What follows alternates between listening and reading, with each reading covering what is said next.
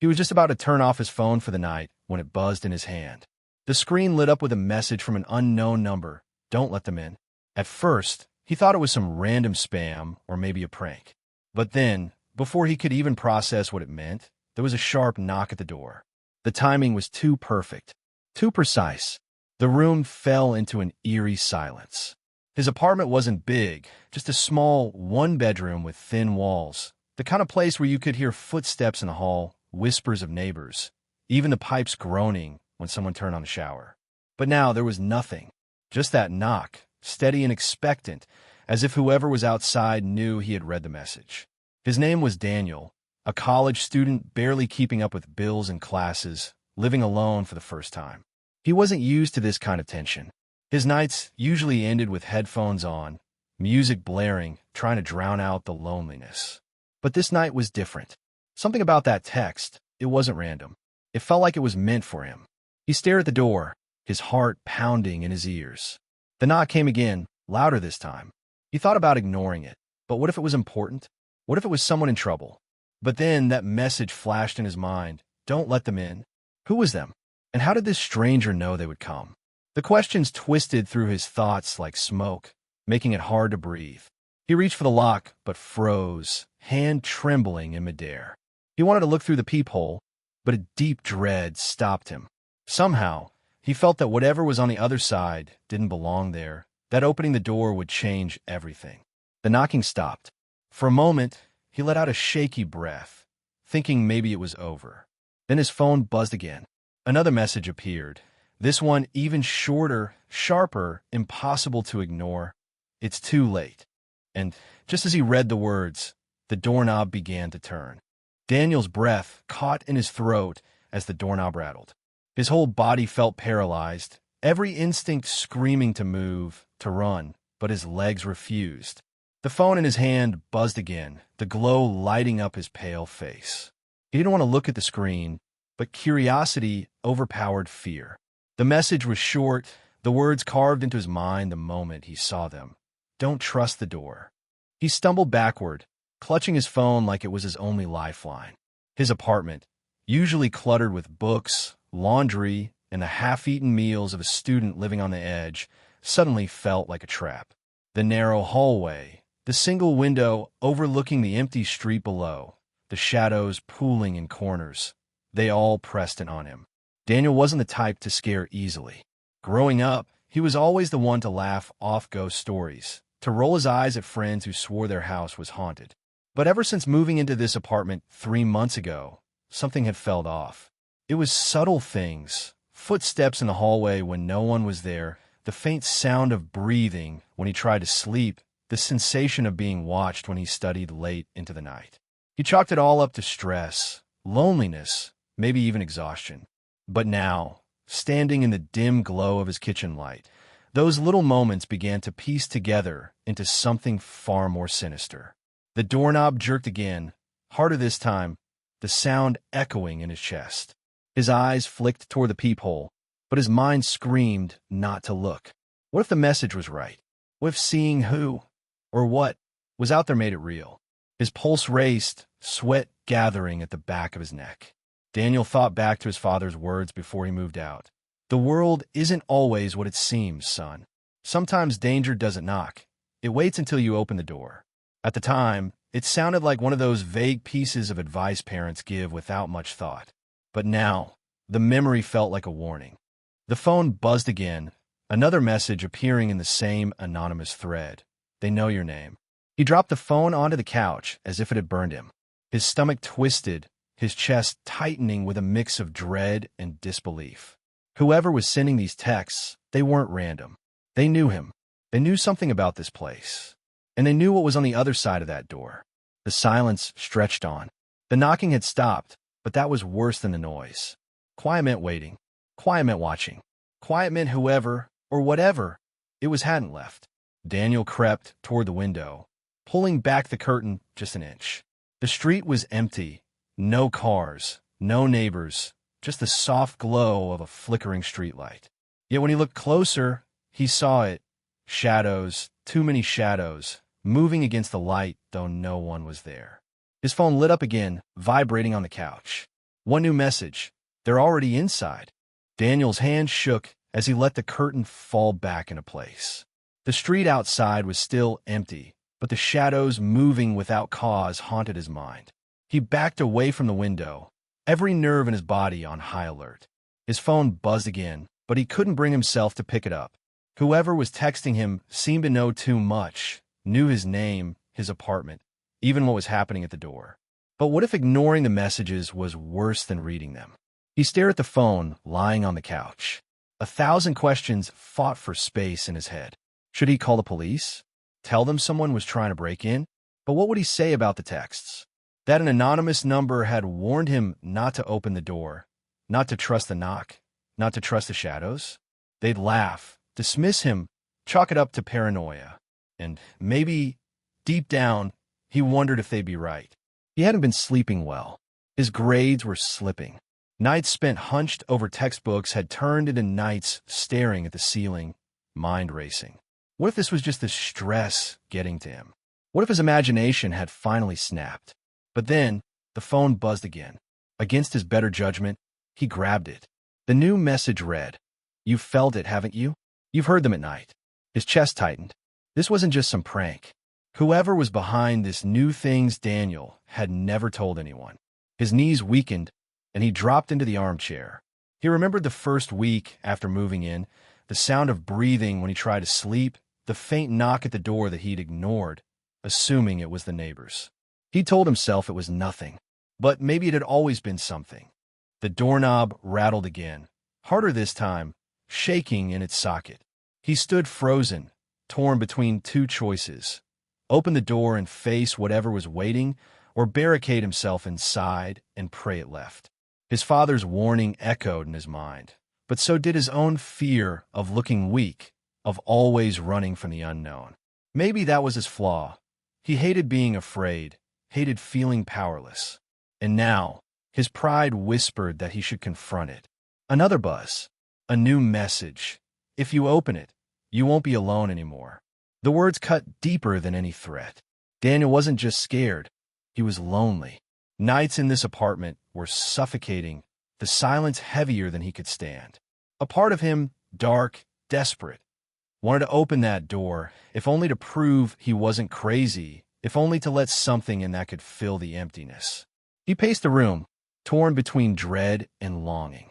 The air grew colder, the hum of the fridge fading until the silence felt alive. Somewhere, faintly, he heard whispering, too soft to make out, but close. Too close. His phone buzzed one final time. He looked down. The message was just one word: choose. And then, with a slow creak, the front door began to open by itself. The door groaned as it swung wider, inch by inch, the sound like metal grinding against bone. Daniel's chest tightened. He wanted to slam it shut, to throw every lock, every chair, every ounce of strength against it. But his body wouldn't move. His feet rooted to the floor, breath shallow, eyes fixed on that widening strip of blackness. His phone buzzed in his palm. He flinched but looked down anyway. The message was waiting. Don't fight it. They're already here. Already here. His skin prickled. If they were inside, then why the door? Why the slow, deliberate opening? As if something wanted him to watch, to suffer every second of anticipation. The whispering grew louder. It wasn't just one voice now. Dozens, layered over each other, indistinct, yet all threading into his mind like a melody he almost recognized. He clamped his hands over his ears, but the voices didn't fade. They sank deeper, vibrating inside his skull. Daniel stumbled backward, his legs finally obeying, and bumped against the edge of the couch. His throat was dry, words choking inside him. He wanted to scream, to beg for help, but something about the sound of those whispers made him afraid to make a noise. Afraid they would hear him more clearly. The door paused halfway open. Silence. Heavy. Crushing. He risked a glance toward the gap. Nothing but shadows. But they seemed to move with intent, slithering forward, stretching across the floor. They weren't natural shadows. They didn't belong to anything. His phone lit again. Another message. Don't look away. His heart hammered. He wanted to throw the phone, to run for the fire escape, but something in those words held him still. Don't look away. Why? What would happen if he did? The voices returned, sharper this time. He could almost make out fragments, his name, his fears, moments only he remembered. Memories whispered back to him in a dozen tones, like the shadows themselves were peeling through his mind. Daniel shook his head, trying to block it out. He thought of his father again, of that warning. Danger doesn't knock, it waits. But this danger wasn't waiting. It was already choosing him. His eyes darted toward the kitchen drawer. Inside, he remembered, was a heavy wrench he'd used to fix the sink. His instinct screamed to grab it, to fight, to hold on to something real. But another voice whispered in his head, not from the phone this time, but from the shadows themselves. Open the door all the way. Listen, you'll never be alone again. The loneliness hit him like a punch. The ache of empty nights, the silence of an empty apartment, the weight of being forgotten in a city full of strangers. That whisper dug deep, feeding on the one weakness he couldn't deny. The door creaked another inch, then stopped, as if waiting, as if giving him the choice. Daniel's hand twitched toward the drawer, then toward the door. The phone buzzed once more. The message was a single word, glowing against the darkness around him. Decide. Daniel's hand hovered between the drawer and the door, sweat sliding down his temple. His breathing came in sharp, uneven bursts. Every instinct screamed that this was the moment, the decision that would shape everything. But before he could act, the phone in his hand lit again. This time, it wasn't a single word. It was a new message from a different number. Don't believe them. You asked me to protect you. I'm the one who sent the first warning. His chest tightened. Another sender? His eyes flicked between the open door and the phone. If there was someone else, someone on his side, then what about the shadows? What about the voice promising he wouldn't be alone? The screen flashed again. They'll twist what you want most. Don't let them trick you. Remember who you are. The whispers from the door grew more insistent, harsher now. The tones overlapped, but beneath the chaos he heard something clear.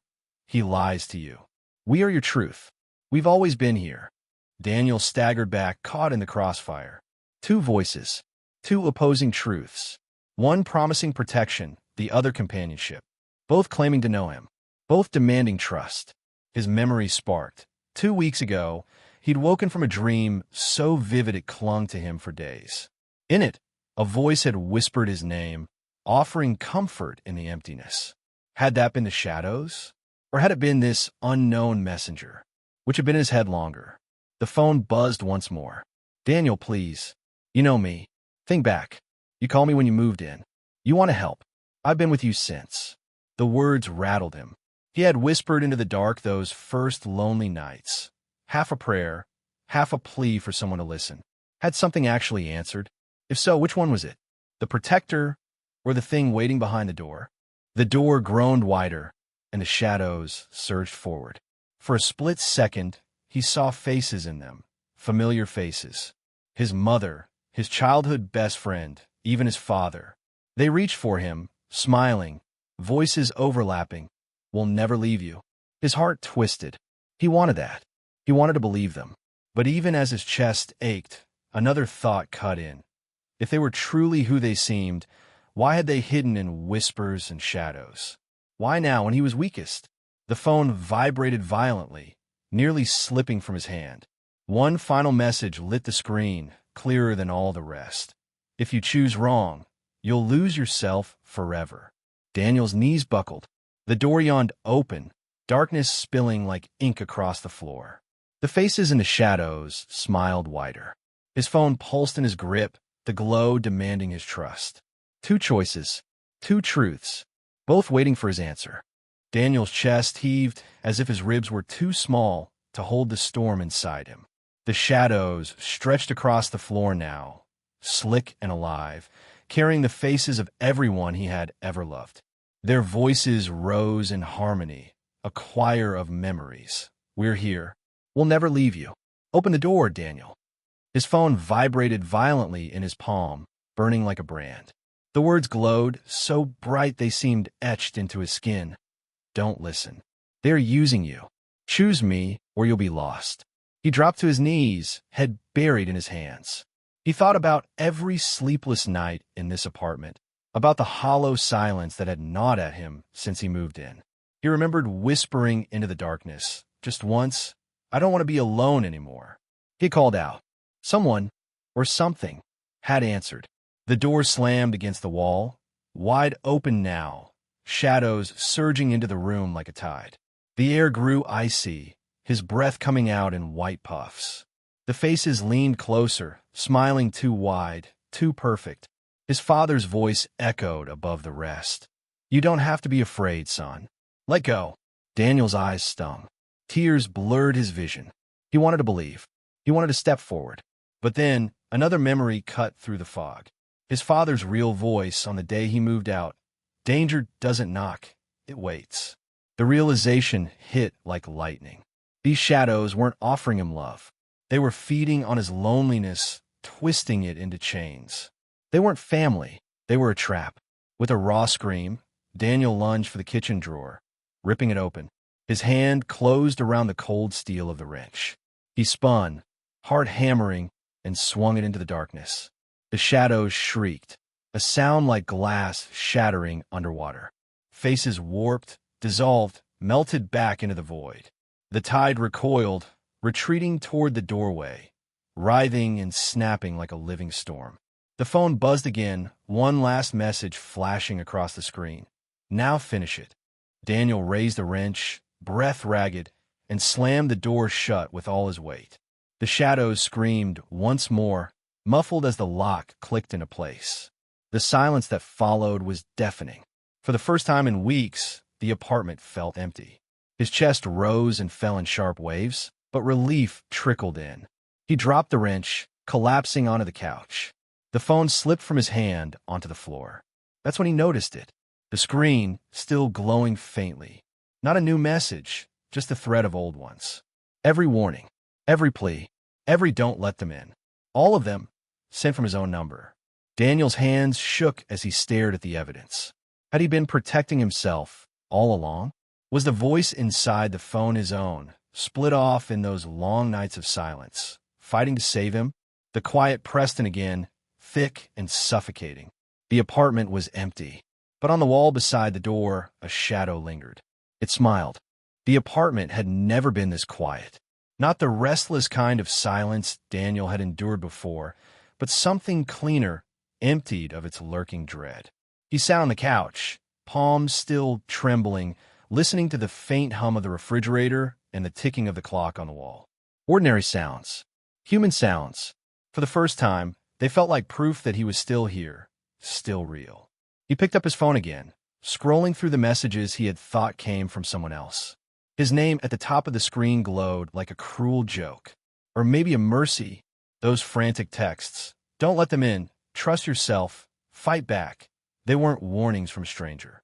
They were reminders from a part of him he had almost lost, the part that refused to give up when the shadows pressed in. It was then he realized, loneliness doesn't just break people. Sometimes, it creates defenses we don't even know we have. His fear had split into two voices, the one whispering to give in, and the one fighting to keep him safe. Tonight, one of them had won, but not everything was over. His eyes shifted toward the door. That lingering smile in the shadows wasn't gone, it was waiting. The thing that had crept into his home fed on emptiness, and emptiness wasn't something you could kill with a wrench. It was something you had to fill. Daniel pushed himself up, every step heavy but steady. He walked to the window and pulled back the blinds. The city outside buzzed with life, lights glowing in windows, laughter spilling from the street below, strangers weaving through the night. For weeks he had shut it all out, but maybe that was the real trap. Isolation had given the darkness a place to grow. He whispered to himself, half a vow, half a reminder, "I won't be alone anymore." In the days that followed, Daniel began small. He called his sister back, the one he had ignored for too long. He went to the coffee shop down the street, instead of brewing alone in silence. He even let himself smile when the barista remembered his name. None of it erased what had happened, but with each step, the apartment felt a little less haunted. The shadow never fully disappeared. Some nights, when the lights dimmed just right, he saw it curling near the edges of the wall, watching. But he had learned its weakness. Shadows only grow in the absence of light. And light, he realized, wasn't just bulbs and lamps. It was connection, laughter, the courage to open a door instead of locking it. Daniel's story isn't just about survival. It's a reminder for anyone who has felt that silence press in. Don't let the darkness convince you you're alone. Your mind, your memories, your hope, they're still fighting for you, even in the worst moments. He turned off his phone one last time, not because he was afraid of what might appear, but because he no longer needed the warning. As he whispered into the still air, it was no longer a plea, but a promise. I'm letting the right ones in.